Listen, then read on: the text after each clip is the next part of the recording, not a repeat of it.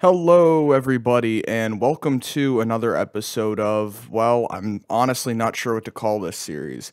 I'd call it like Story Times with Ha2matt if that wasn't just incredibly awful sounding, I guess. I don't know. I just don't like the sound of it, so I'm not going to call it that, even though I guess that's technically what this would be. Either way, I'm sure you friggin' saw the title and thumbnail. We're talking about paintball, so I didn't take any recordings while I was, out doing that. So here we go. We got filler gameplay. Yes, it's Roblox. Yes, it's paintball, kind of. I mean, I didn't have turrets while I was playing, but you know what? Maybe those exist somewhere. I didn't have a nuke either, though that would have been kind of cool, admittedly. But yeah, let's get on with the video. So just to kind of preface this a little bit, I've never like gone paintballing before. I mean, I've shot guns and stuff. I live in the US. Who hasn't? I mean, if you live in the US and you haven't shot a gun before, what are you doing? It's like kind of the whole point of living here, I think. But these guns shot nothing like any other gun I'd previously handled. They had this weird like looping motion. Not looping, but like they went kind of up and then down very quickly. I'm assuming that's because they're not a bullet, it's a friggin' ball, which is not the most aerodynamic shape ever.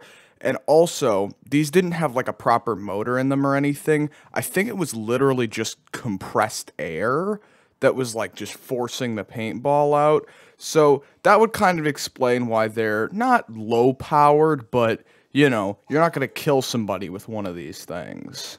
Though you're not going to kill somebody, they do hurt a little bit. It really depends on whether or not the paintball breaks or not. A paintball is literally, it's like a little circle that's probably about, I don't know, I mean, my viewers are mostly like EU or a country that uses like the metric system. I don't know, I'd estimate they're probably maybe like 5 or so centimeters in length, maybe like 10. I don't know what a centimeter looks like. I'm taking a guess here, guys. I go by inches. I mean, if you know what an inch looks like, it's about a ½ inch in diameter. But it's got like a thin layer of like hardened something on the outside. I think it's paint. I don't know. It might be like an epoxy or a resin or something like that. And then it's got like paint on the inside. These things are supposed to break on impact. The issue was, I bought a jumpsuit from the place I was at. I didn't want to get paint all over my clothes. And even though I purposely wore clothes that I didn't mind ruining a little bit, I'd still, would rather not get paint all over them. So I bought a jumpsuit. And the jumpsuit was great because, when you get shot, you're instantly out. The paintballs didn't always break on me, which was great because, as I said, not instantly out. However, it hurts a lot more to get hit by a paintball that's going at like X miles an hour, kilometers an hour. It's moving pretty quick. And it hurts to get hit by them when it doesn't friggin' break. It's almost like getting flicked by one of your friends. Like if they really kind of wind themselves up and then flick you really, really hard on like your shoulder or something, that's kind of what the pain is comparable to. And sometimes it'll leave a welt. The other thing that I neglected to bring and had to buy when I was there was gloves. It didn't occur to me to wear gloves because, I don't know, just didn't think it would hurt that much, but then you consider it and you're like, what, gloves seem like a good idea, because it was cold in the morning, not super cold, mind you, but I think it was like barely above freezing, which is, paintballs will freeze, so it does kind of have to be above freezing, because if the paintballs freeze, then the paint's not going anywhere and you're just shooting people with ice balls. But anyway, I got gloves because I wanted to save my knuckles. The gloves that I bought there, they protected your knuckles. They didn't have any actual finger protection. They were like the gloves that had, like no fingers on them, basically. It was just a glove. It had some like hardened plastic on the back of it to, protect your hand a little bit. But then it didn't have anything over the fingers, which kind of makes sense because, they want you to be able to like shoot the gun and whatever and actually kind of have a grip on things. But at the same time, you don't have to just put a hardened sheet of plastic over the whole finger. You can do a little break in the plastic where the joint is, so you could still bend the finger and there's still protection over it. Just saying, if anybody out there makes paintball gloves and wants to steal that idea. As for the games I actually played that day, most of them were fairly unremarkable. The friggin' first 2 games were just me getting used to, like, the weird kind of looping motion the paintball goes through. I'm assuming if you have an actually decent paintball gun, it probably doesn't do that, and it probably shoots more like a normal gun, but I was renting one of their guns, or I don't think technically renting it. I think you can just use one of their, I don't know, whatever. It doesn't really matter. But I was using one of the paintball guns that they had there, and I don't think they were that great quality because they shot about as well as a grandfather with Parkinson's, which, you know, if you know anything about Parkinson's, not exactly the best accuracy. It's not ideal. By the time I had played like 2 in the middle of like the 3rd game or so, I kind of figured out what I was doing, and I was able to roughly approximate where people were supposed to be, and I could actually shoot at some of the people. However, the paintball still did this weird thing where if you shot at somebody in like with your gun in the same position twice, one of the bullets would go a little bit to the left. So, you know, you're like, all right, well, maybe I'll just shoot again because F it. It would go a little bit to the right. And then you go, well, I don't know what I'm supposed to correct for now because I have it in the same position and it's gone 2 completely different directions. It wasn't a particularly windy day out either, so I don't know. It just kind of confused me. I guess physics was not on my side, or I guess the gun wasn't, but I'm still blaming physics. I guess the best part of the whole thing would have been, they had this like fort map where it was these 2 big forts in this big forest. And you know, you had 2 teams, each fort had a flag, and all you had to do was get in the other team's fort and take out their flag, or eliminate the entire other team. All the games that we played were single elimination, so once you got hit, you're done for the game, no respawns, nothing like that. So our initial plan was to just kind of go for the widest flank possible, because on our fort, to the left was like back to the main waiting area. I mean, it's kind of a big forest, so really they just had this big campfire thing that they had a bunch of smoke going out of, and I guess that was supposed to tell you where the main waiting area was once you got out. And to the other side was just, you could go as far as you wanted. The guy basically said, you can go from here to the highway if you want to, but we're not going to go looking for you because we don't get paid enough. And you know what? That made a lot of sense to me, actually, because I can't imagine those guys get paid a whole lot.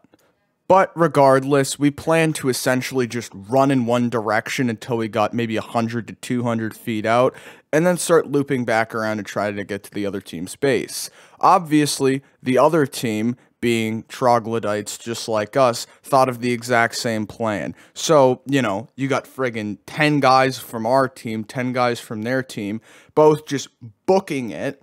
Mind you, the forts weren't that far apart either, maybe 30, 40 feet at max. So we're like 30, 40 feet apart, kind of shooting at each other, but there was only like one guy who actually brought his own gun. So we were all missing wildly. So you just kind of hear people shooting, a lot of running, and then, you know, there was some fat people. It's not a polite way. There was some grunting. There was a lot of grunting. I'm not sure why. It was very uncomfortable at times. But either way, eventually we stopped running. We got to whatever point we had previously determined, and we decided to, like, I guess, hunker down behind trees and start shooting at the other team.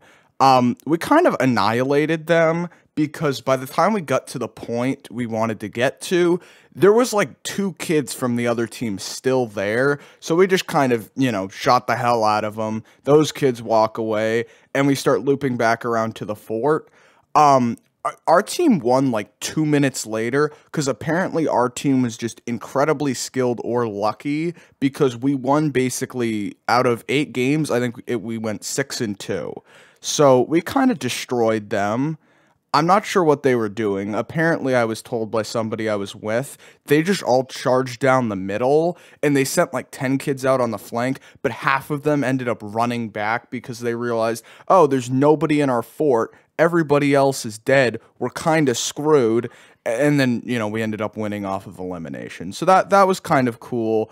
The only other particularly interesting thing that happened was I got in a duel with a kid right at the very, very end of the whole day. The place we were at only had games up until like 3:30, maybe 2:30. I'm not sure what time exactly, but it was the last game of the day. I had like one full mag of paintballs left, which was probably good 50 paintballs at least, to be honest. I'm not sure how many it was, but I'd say around 50 or 60. So I didn't have a ton of shots left, and I had to last the entirety of the last match. And it was an elimination match, meaning there was no goal apart from eliminate the entire enemy team. We were in a forest map that had, some fallen logs. They threw up some sheets of metal and stuff just to provide a little bit more cover. But overall, there was honestly not a whole lot of cover. And there was a giant river running through the middle that was like, it wasn't wide enough to the point where you needed a bridge to cross it, but it wasn't like small enough to the point where you could easily step over it. It was probably maybe 3 to 4 feet wide. It was just wide enough that you actually had to be mildly concerned about falling in if you missed your jump.